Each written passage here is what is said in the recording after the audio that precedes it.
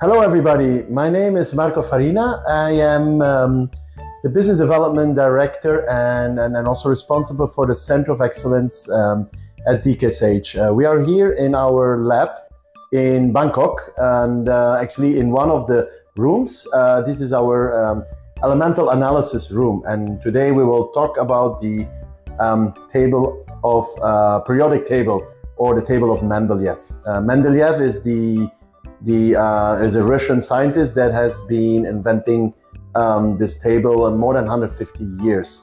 Actually, you can see that we have it in the room, and actually in every lab you will find at least one periodic table. We also have a mouse pad here because this room is all about elements, elemental analysis with our XRF machine. On the table that you can see on the wall is actually not complete. You see that here on this table we have many more elements, and I will talk a little bit later about that. But yeah, so the table, the periodic table is very fundamental. It's actually one of the cornerstones in chemistry and in anything which is related to material science, material development, new materials, and is actually getting more and more important. And I will share a few examples later.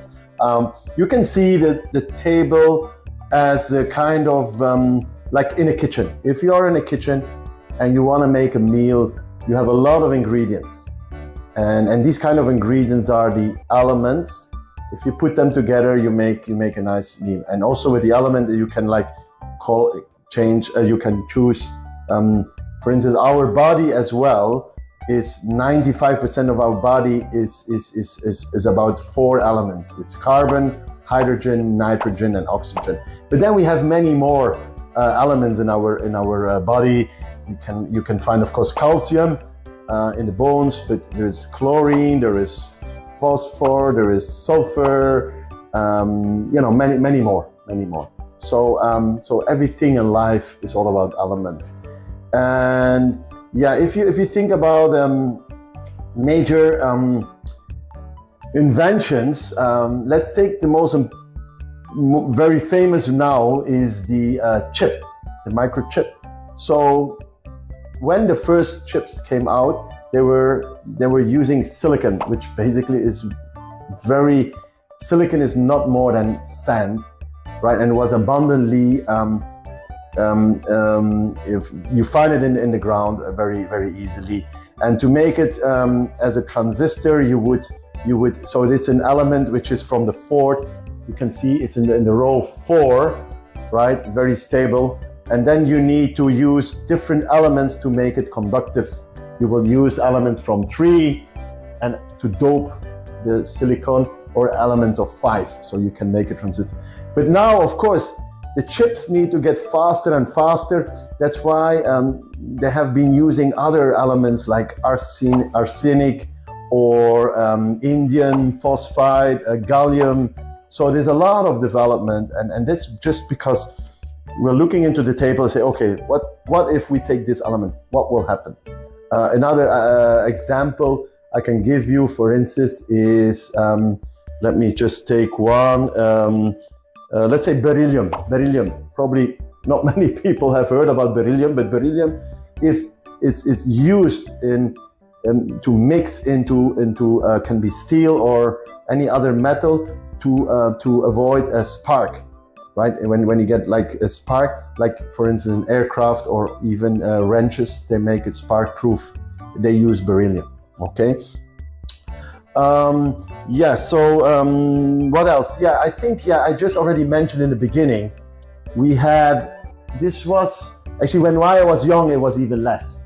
A lot of elements have been added on, and the elements, you will see certain elements, they're called Einsteinium or Americum or Moscovium, and elements are either, the new elements are either where they were found, or the inventor, or the people who found it. Like Einsteinium is definitely something that Einstein did invent.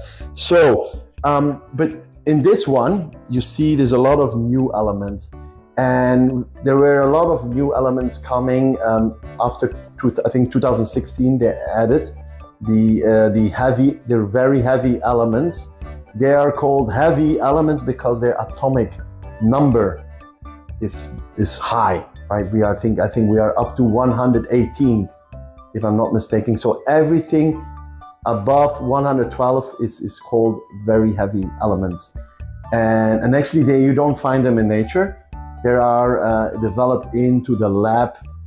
They're using a particle accelerator to create these elements. And these elements are very radioactive and very unstable. So they have a half-life of maybe 10 seconds, maybe 20 seconds. But it's enough for doing certain research. And of course, we're continuously looking for new elements. We just finalized the 7th row. So this is the 7th row of the table. We are sure that an 8th row will come. And maybe one day if we go to Mars, we will find way more elements. Okay, now a question you may have is, why do I need to know about all these elements? Why are they important to life or to our future?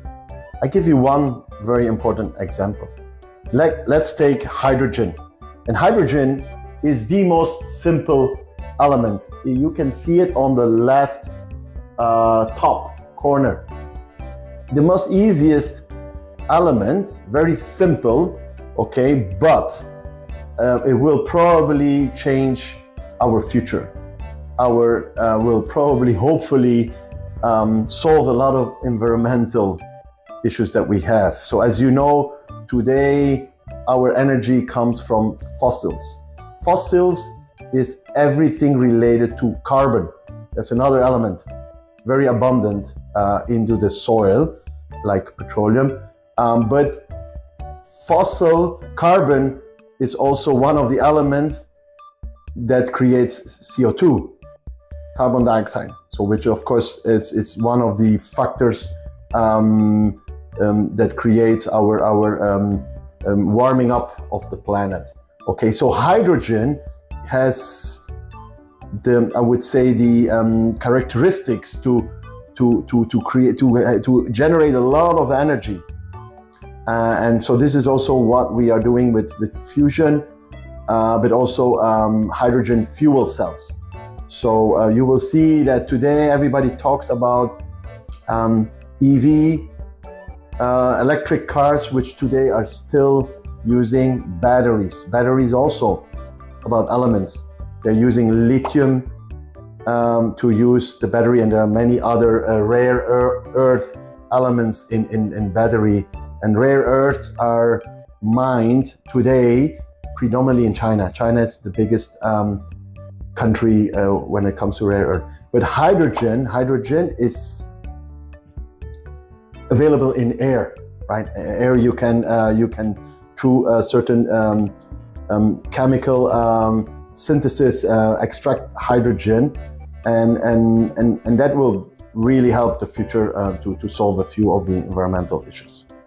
So this was a little bit of history, a little bit of anecdotes about the periodic table. Thank you.